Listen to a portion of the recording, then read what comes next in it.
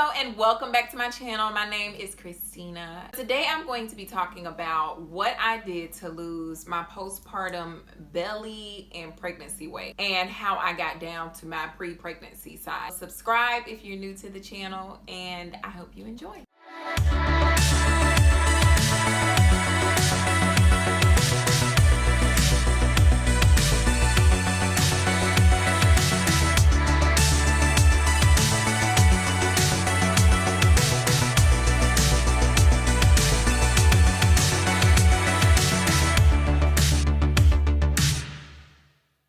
Before pregnancy, I was primarily vegan, or at least a vegetarian. I would eat cheese and milk products every now and then. And the only meat I ate was probably salmon sometimes. And I went into pregnancy like, I'm going to be 100% vegan and I'm going to find an alternative source of protein to eat. And I'm going to eat mostly green veggies and plants and fruits.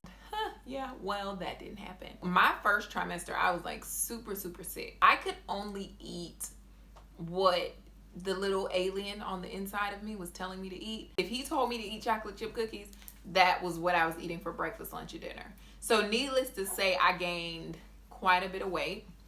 I'll insert some pictures here somewhere.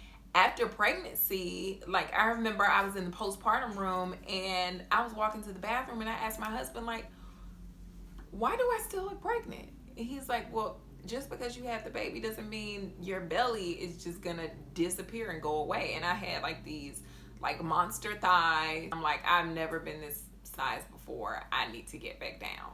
So these are the 6 ways that I ended up losing my postpartum belly and postpartum weight overall. Number 6, no stress. I had to limit the amount of stress that I had coming into my life. So if you look at one of my previous videos, I talk about how peace is like the most important thing for a pregnant woman to have. Well, the same thing for postpartum is to like, you have to allow your mind and your spirit to be clear and be in your environment to be stress-free, because you have so many things that have just happened to your body. Your body has really just gone through a traumatic event. So now you have like this new human being in the world who you have to take care of. You also have to, you know, tend to your husband, tend to your house. So the way that I did that is I started writing in a gratitude journal.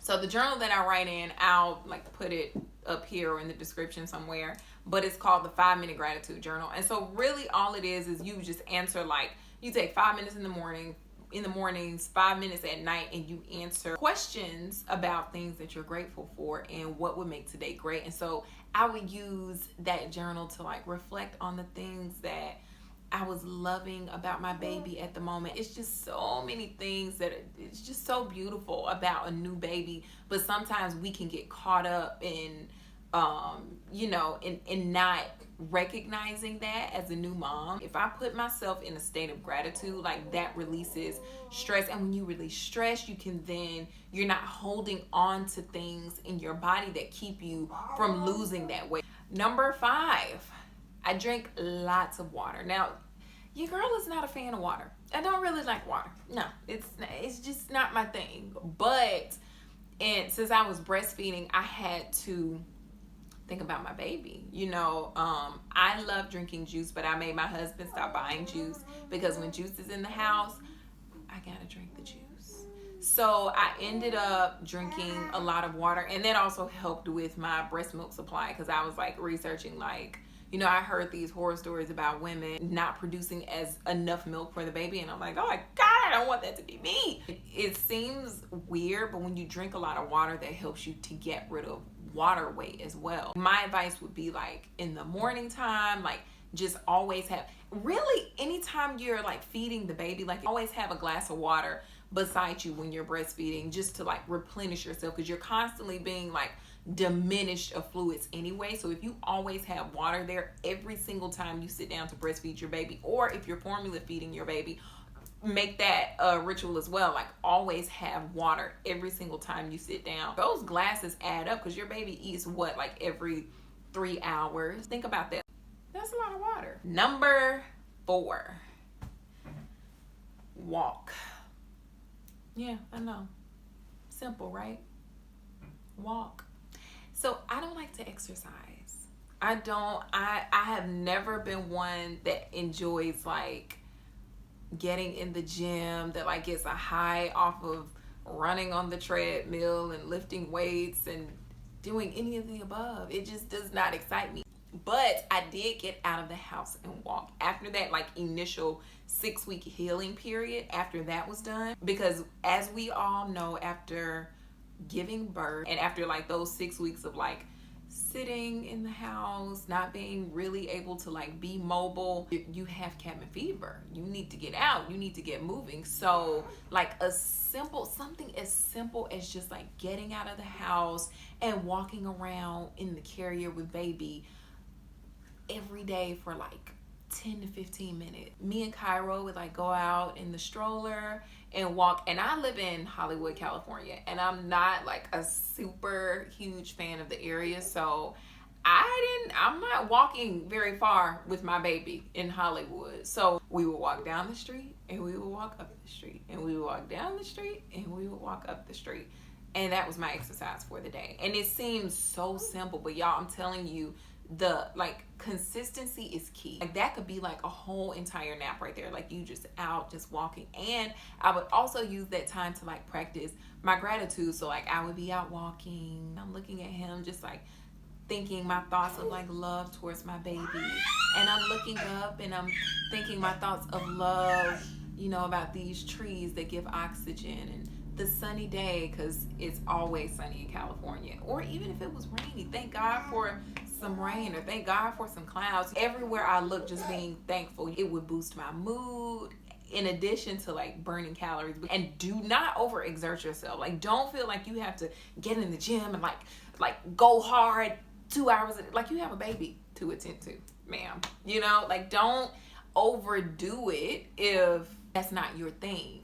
If dancing is your thing and you're able to get out once, or if you're able to just like move in your living room, you know, when baby is asleep, like turn on a YouTube dance tutorial and like get in there and get moving for 30 minutes. But whatever it is, it needs to be something that you enjoy, because you don't want this to be something that is stressful for you. Numero 3, limit sugar intake. Now, as I said, when I was pregnant, I ate whatever I wanted to eat. So after pregnancy, I had all this weight to get rid of, but now that those cravings were over and I was no longer feeling so emotional and doing so much emotional eating, now I could take charge for real of the stuff that I was eating, especially since I'm like breastfeeding him and I'm responsible for like what goes into my body, which then transfers to his body. So limiting sugar intake is huge. And I also noticed when I limited my sugar intake, he slept better. After I breastfed him, he napped better. Sugar is the enemy. To sum it up, it's the enemy. Which then leads us to point numero 2. I ate a plant-based diet for the most part. I would say if you have somebody who can come over maybe just one day a week and help you meal plan, that is like super clutch. So we had my mom who was in town, and my husband was also really, really amazing at this, but I would have a smoothie every morning. So in my smoothie, I would have spinach, the box of spinach where you can just reach in and put it in the smoothie cup. And I would get frozen fruit. I had flax seeds that were in a bag that sat right by the blender, and chia seeds that sat right by the blender, and almond milk in the fridge where I could just like pour it in. To make a smoothie literally took 5 minutes. So I would throw all that stuff, and I would sometimes throw nuts in there, just anything that can also get your bowels moving, because as we know, like that is very important to be able to do after you give birth. So getting your greens and like your fruits and vegetables is very important. And that is a quick and easy and tasty way to do it. And you can also sweeten. I don't really like my smoothies that sweet, but you can also sweeten it with a date. You don't have to put sugar in there. You can put a banana, you can put 2 bananas, you can put a date. That makes it so good, so delicious.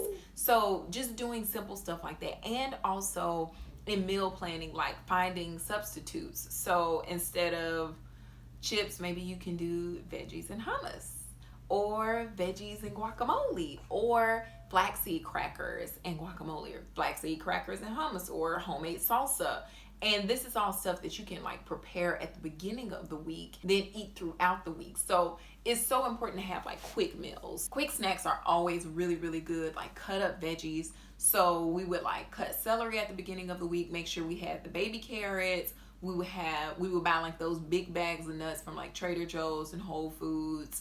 We would buy a container of hummus. We would make some guacamole at the beginning. And we're also going to do a grocery haul on this channel, so make sure you stay tuned for that so you can see how we grocery shop and how we meal plan for the week. Also, if you do eat meat, which meat it's good to get your protein in, making sure it's lean meat. So organic chicken that's lean, or wild caught salmon is always great to eat.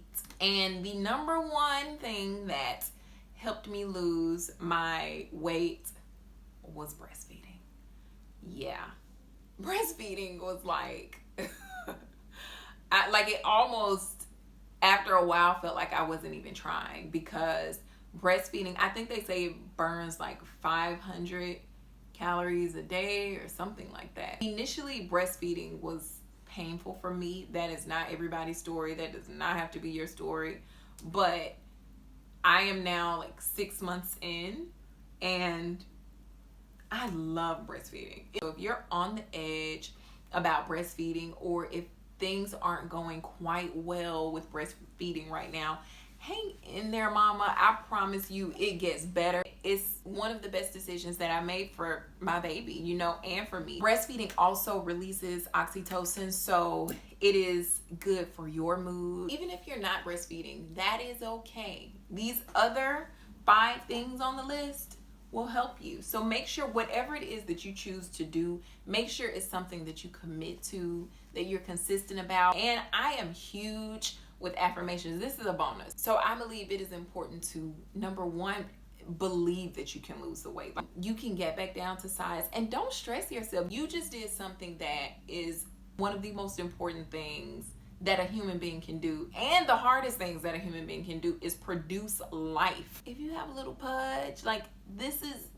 growth is hard. Like, growth, it's hard to grow a human being in your body and bring life into this world, but mama, you did it. So give yourself grace and be okay with that, you know, and know that it will happen in time. Love yourself just as you are, and consistently, again, if it's something that's important to you, consistently work every day, little by little.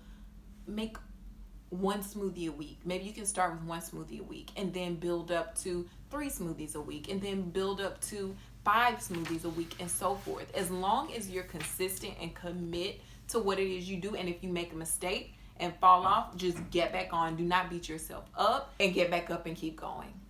So I hope you guys were helped and blessed by this video in some way. Please like my video. It helps us out, me and Kairuni. And also subscribe. All right, I will see you guys next time. Thank you for watching. Bye.